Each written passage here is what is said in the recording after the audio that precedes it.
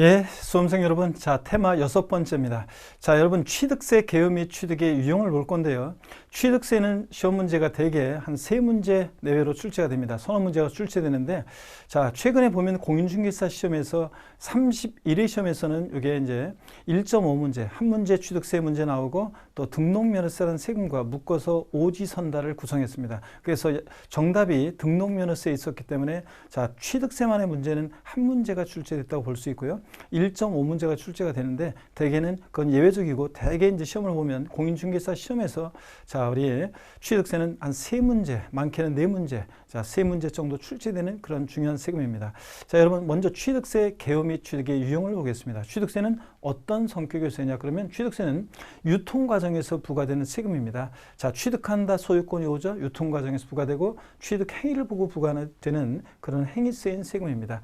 취득세는 또 직접세, 보통세, 독립세, 종가세요. 자, 테마 여러분 테마 2번을 자 보신 분들은 테마 2번을 우리가 보시게 되면 우리 조세의 분류를 통해서 우리 5개 주요 세금들 취득세부터 양도소득세까지 우리 부동산 주요 세금들의 특징 성격을 우리가 알 수 있습니다. 조세의 분류를 보시면 자 우리 시험에 강의된 주요 세금들은 다 직접세고 보통세고 독립세고 종가세고 또 종가세일 때 세율은 일정한 비율로 세율이 적용되기 때문에 정률세율이 적용됩니다. 그래서 취득세는 이런 세금입니다. 근데 이것은 다른 세금도 공통적인 성격입니다. 취득세부터 뿐만 아니라 다른 세금들도 여러분요 취득세뿐만 아니라 취득세, 등록면허세, 재산세, 종합부동산세, 양도소득세까지 5개 주요 세금들은 다 이렇게 공통적인 성격입니다. 이 성격은 다 직접세고 보통세고 독립세고 종가세인 세금이고요. 자, 취득세는 물세입니다. 세금을 계산할 때 물건을 보고 세금을 계산해요. 납세무자의 인적사항을 고려하지 않습니다. 그래서 취득하는 물건 각각 개별 과세합니다. 어떤 사람이 서울특별시 에서 만약에 강남구에서 A주택과 B주택을 취득하더라도 A주택과 B주택, A주택 가격이 예를 들어서 10억, B주택 가격이 8억, 합쳐서 18억이 아니라 자 물건별로 각각 A주택은 A주택, B주택은 B주택 각각 개별 과세합니다. 자, 그 다음에 취득세는 물세이기 때문에 취득자가 개인이든 법인이든 따지지 않고 물건을 보고 세금을 계산한다. 그런 의미도 있습니다. 취득세는 사실주의 과세 현황부가 원칙이 적용되는 세금이다 그러는데 이게 굉장히 부동산 세법에서는 중요한 내용입니다. 이 사실주의, 실질주의라고도 하는데요. 이 사실주의와 현황부가를 여러분이 잘 알고 계시면 많은 내용을 우리가 외우지 않아도 이해할 수 있게 됩니다. 자, 이것은 실질과세 원칙에서 나온 건데요. 그 실질과세 원칙을 제가 소개해 드리도록 하겠습니다. 여러분 실질과세 원칙은 첫 번째요. 귀속의 실질을 그 내용으로 합니다. 실질적인 소유자에게 세금을 귀속시켜라. 납세의무의 실질 귀속인데요. 즉, 자, 납세의무를 실질적으로 해라. 귀속시켜라. 그래서 실질 소유자가 있습니다. 자, 실질 소유자가 있고요. 그 다음에 또 명의자가 있습니다. 등기등 명의자가 있어요. 자, 이 명의자가 대개 실질 소유자 명의자가 일치하는 게 일반적인데 일치하지 않을 때 세금은 누구한테 귀속시킬 것이냐 그런 얘기입니다. 자, 누구한테 귀속시키냐? 명의와 상관없이 실질 소유자에게 세금을 귀속시켜라. 자, 다시요. 예, 명의자에게 자 다시 보겠습니다, 여러분들. 자, 보시면 세금의 귀속을 실질적으로 합니다. 그래서 이 실질 소유자에게 세금을 귀속시켜라. 그래서 실질 소유자가 납세 의무자가 됩니다. 납세 의무자가 된다. 자, 이게 이제 실질과세 원칙입니다. 그래서 명의와 상관없이 자, 명의와 상관없이 세금 귀속을 실질적으로 해라. 이게 실질과세 원칙입니다. 자, 그 다음에 두 번째 실질과세 원칙, 내용도 실질적으로 보고 부과하라. 그래서 사실주의, 실질주의 과세라고 하는데요. 자, 등기, 등록, 허가 등과 무관하게 과세한다는 원칙입니다. 등기되지 않아도 등록되지 않아도 허가받지 않아도 과세가 됩니다. 그래서 여러분요. 자, 취득세는요. 취득세는 보겠습니다. 갑이라는 사람과 을이라는 사람이 부동산을 매매합니다. 자, 그럴 때 계약금, 중도금, 잔금을 치러요. 자, 그러면 매수인 을이 잔금을 치렀습니다. 근데 등기는 아직 안 됐습니다. 자, 그러더라도 이 매수인 을은 이 부동산을 사실상 취득했다 이렇게 봐서 을에게 취득세가 부과됩니다. 또 잔금 치렀습니다. 등기 전 아직 안 됐어도 과세 기준일 6월 1일 날 재산을 사실상 소유하고 있으면 재산세가 부과됩니다. 또 등기 전까지 안 됐어도 잔금을 받았을 때 갑은 이 부동산을 을에게 사실상 양도했다 이렇게 봅니다. 사실상 양도했다. 자, 그래서 이 양도자에게 양도소득이 있으면 양도소득세가 부과됩니다. 그러니까 우리 시험은, 자, 우리 시험에 관계된 주요 세금들을, 부동산 세금들은 이렇게 등기되지 않아도 등기되지 않아도 과세가 됩니다. 또 등록되지 않아도 과세가 됩니다. 무슨 얘기냐면 지적공부상 등록되지 않은 토지를 취득할 때 취득세가 부과됩니다. 등록되지 않은 토지를 보유할 때 재산세도 부과됩니다. 등록되지 않은 토지를 양도할 때 양도소득세도 부과됩니다. 그러니까 우리 시험에 관계된 주요 세금들은 등록되지 않아도 과세가 되고요. 이게 만약에 무허가 건축물이에요. 무허가 건축물을 취득할 때 취득세도 부과됩니다. 무허가 건축물을 보유할 때 재산세도 부과됩니다. 무허가 건축물을 양도했을 때 양도소득세도 부과됩니다. 그러니까 우리 시험에 관계된 주요 세금들은 허가와도 무관하게 과세됩니다. 그래서 시험에서 다음 중 취득세 대상인 것은, 한번 들어보세요. 사실상 취득하였지만 등기하지 않은 토지 대상입니까? 자, 등기 안 됐어도 사실상 취득했다 그러면 대상이 됩니다. 또 무허가 건축물, 건축법상 허가받지 않은 무건축물도 대상이 됩니다. 이런 식으로, 자, 우리 시험에 관계된 주요 세금들은 다 그렇습니다. 취득세나 재산세, 종합부동산세, 양도소득세 등 주요 부동산 세금들은 이렇게 등기, 등록, 허가 등과 무관하게 과세합니다. 나중에 여러분 보면 상대되는 개념으로 형식주의 과세라는 게 있습니다. 형식주의 과세요. 자, 형식주의 과세라고 해서 여기 보시면 형식주의 과세, 등기 등록이란 형식 갖출 때 부과한다는 건데요. 등록면허세라는 세금은 형식주의 과세입니다. 등록면허세라는 세금만 이렇게 형식주의 과세예요. 그래서 등기 등록이란 형식 갖출 때 부과합니다. 나중에 등록면허세 테마에서 자세히 설명드리겠습니다. 등록면허세만 등기 등록이란 형식 갖출 때 부과하고 나머지 주요 세금들은 등기 등록 허가 등과 무관하게 과세한다는 것. 또 현황 부과라. 자, 공부상 현황과 사실상 현황. 공부라는 것은 공적 장부입니다. 토지대장, 건축물대장 같은 공적 장부에 기재된 현황과 실제 사실상 현황이 다를 때는 세금은 사실상 현황에 따라서 부과하라. 사실상 현황에 따라 부과하라. 그런 얘기입니다. 그래서 오피스텔의 경우에 상업용으로 건축 허가를 받았다 하더라도 사실상 주거용으로 사용하면 주택으로 부과 과세합니다. 자, 어떤 토지가 취득일 현재 공부상으로는 농지로 되어 있는데 실제는, 자, 취득일 현재 봤더니 실제는 이게요. 실제는 농사 안 짓고요. 이 토지가 그냥 나대지 상태입니다. 그러면 어떤 곳으로 보느냐에 따라서 취득세나 등록면허세 같으면 등록일, 재산세나 종부세 같으면 과세 기준일, 양도소득세 같으면 양도일, 이런 날 봤더니 어떤 토지가 공부상으로는 농지인데 실제 농사 안 짓고 있으면 어떤 거로 과세하느냐에 따라 세금이 확 달라지는데요. 그럴 때 얘네들은 무엇에 따라서 부과하라? 사실상 현황과 공부상 현황이 다르면 사실상 현황에 따라 부과하라. 이게 실질 과세 원칙입니다. 현황 부과 원칙. 31회 공인중개사 재산세에서 출제가 됐었습니다. 사실상 현황에 따라 부과한다. 자, 그 다음에 거래 내용도 실질적으로 보고 부과하라.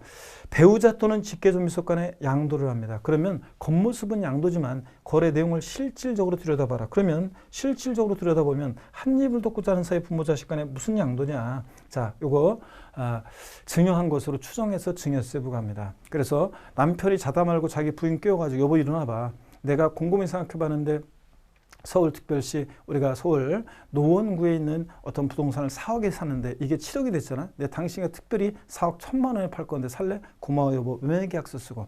저희 친정아버지가 2억에 산 주택인데요. 지금 4억이 됐대요. 그걸 저한테 지금 주시려고 하는데 바로 명의 전하면 증여세 많이 나온다며요. 그러니까 요걸 갖다가 매매계약서 2억에 산 걸 저한테 2억 500만 원에 파는 거로 매매계약서 쓰면 어떨까 이렇게 얘기합니다. 자, 이런 것들이요. 겉모습은 양도지만 속 내용을 실제로 들여다보면 대가 인정할 수 없겠죠. 증여로 추정해서 증여세 부과합니다. 다만 대가 있다는 것이 객관적으로 입증이 되면 추정 배제되고 양도로 푸는 경우도 있지만 원칙이 이렇습니다. 자, 이렇게 해서 실질과세 원칙을 꼭 잘 여러분들이 이해하셔야 되겠습니다. 취득세에서 취득이란 뭐냐? 누가 여러분한테 취득이 뭐냐 물어보면 취득세 취득은 한마디로 사실상 소유권 취득이다. 그래서 사실상 취득만 하면 돼요. 자, 그래서 사실상 취득만 하면 됩니다. 등기 등록에 관계없이요. 등기 등록에 관계없이 사실상 취득만 하면 취득세 부과됩니다. 민법 등 관계법령 규정에 따른 등기 등록을 이행한 경우에 하나한다 그러면 틀려요. 또 사실상 취득해야 돼요. 권리가 사실상 취득해야지 형식적으로만 취득하는 것은 과세되지 않습니다. 대표적인 예 꼭 기억합니다. 신탁법에 의한 신탁이요. 위탁자에서 수탁자로 이전할 때 수탁자 믿고 맡은 것뿐이에요. 신탁계약 종료면 돌려줘야 되니까 사실상 취득한 게 아닙니다. 자, 취득세 과세되지 않고 신탁계약 종료로 인한 수탁자의 취득, 위탁자의 취득. 수탁자, 위탁자에서 수탁자로 이전할 때 수탁자의 취득 과세되지 않습니다. 믿고 맡은 것뿐이니까. 신탁계약 종료로 인한 이 수탁자에서 위탁자로 이전할 때 과세되지 않습니다. 믿고 맡겨도 덜 받은 것뿐이니까요. 또 수탁자가 시원찮아서 수탁자를 변경합니다. 수탁자 변경으로 인한 수탁자 변경으로 인한 이 병이라는 새로운 신수탁자의 취득도 역시 그렇습니다. 얘도 역시 믿고 맡은 것뿐이니까 취득세 과세되지 않습니다. 결론, 신탁법에 의한 신탁산 취득은 취득세 과세되지 않습니다. 그 다음에 사실상 소유권을 취득해야 돼요. 그래야지 소유권 이해 권리 취득은 과세되지 않습니다. 부동산 임차권, 전세권, 지상권, 아파트 당첨권, 분양권 등은 취득세 대상이 아닙니다. 여러분들 시험에서 이런 것들을 슬쩍 집어넣고 취득세 과세된다고 속입니다. 소유권 이해 권리들은 이런 것들은 과세되지 않는다는 걸 꼭 기억하셔야 됩니다. 얘네들. 자, 그 다음에 취득세 취득 유형을 보면 취득세는 사실상 취득용과 또 이따 나오지만 간주 취득용으로 나눠지는데요. 사실상 취득은 취득 원인에 따라서 원시 취득과 승계 취득으로 나눠집니다. 원시 취득은 수용 재결로 이렇게 취득하는 경우 등 자, 이미 존재하는 상태에서 취득하는 경우는 제외하고, 자, 새로이 소유권을 창출하여 취득하는 건데, 건물 신축하거나, 또 그 다음에 여러분, 건물 신축하거나, 재축하거나, 민법상 시효 취득이거나, 매립간척에 의한 토지 취득이거나, 다 취득세가 부과됩니다. 원시 취득이요. 근데 다만, 원시 취득에 과세되지 않는 경우도 있습니다. 머리 글자를 따서 차, 기, 항, 선여.